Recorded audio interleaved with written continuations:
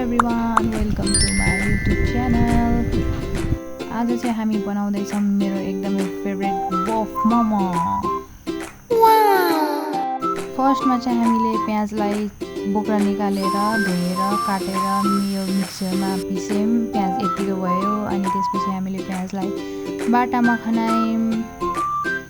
बाटामा खनाइसकेपछि चाहिँ हामीले किमा एड गऱ्यौँ। किमा राखिसकेपछि गार्लिक जिन्जर पेस्ट राख्यौँ अनि त्यसपछि मोमो मसला अनि आफ्नो स्वाद अनुसार नुन राखौँ अनि त्यसपछि जिरा धनिया पाउडर अनि टेस्टिङ पाउडर अलिकति पोखियो पनि। अनि यसपछि राख्छौँ हामी सोया सस। अनि एउटा प्यानमा हामी तेल तताउँछौँ। यो चाहिँ शुद्ध तोरीको तेल हो। तेल तातिसकेपछि चाहिँ हामी मेथी फुलाउँछौँ। यो मेथी चाहिँ अलिक पाक्न सुरु गरिसकेपछि रातो हुन्छ अनि त्यसपछि बेसार एड गर्छौँ। बेसार पनि पाक्यो। अब हामी त्यसको ग्यास अफ गरेर अघिको मिक्सरमा हामीले झानिदिन्छौँ। झानिसकेपछि हामी एकदम बल लगाएर यो मुछ्छौँ। यसरी मुछ्दाखेरि चाहिँ स्वाद जत्ततै लाग्छ, मिठो हुन्छ।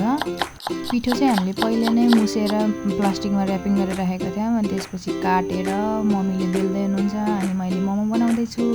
मोमो चाहिँ यस्तो भयो भने देखाउँदै बनाउँदै गरिरहेको छु। मम्मी उता धमाधम बेल्दै हुनुहुन्छ। हेर्नुहोस् न कति राम्रो भएको मोमो। यसरी नै हामीले फटाफट मोमो बनायौँ। हामीले चाहिँ आधा किलो किमाको बनाएको थियो। लगभग हामीले ठुल्ठुलो साइजको बनाएको भएर चाहिँ 80-90वटा भएको थियो जम्मा। त हामीले एउटा दुईटा गर्दै पुरै बनाएर भ्यायौँ। अब हामी यसलाई स्टिम गर्नतिर राख्छौँ। स्टिम गरिसकेपछि अब यो पाकिसक्यो अनि त्यसपछि पाकेपछि हामीले प्लेटमा सर्भ गर्न सक्छौँ। अचार कसरी बनाउनु भनेर चाहिँ मैले एउटा पहिला भिडियो राखेको छु। त्यसको लिङ्क चाहिँ म डिस्क्रिप्सनमा राखिदिन्छु। Thank you everyone.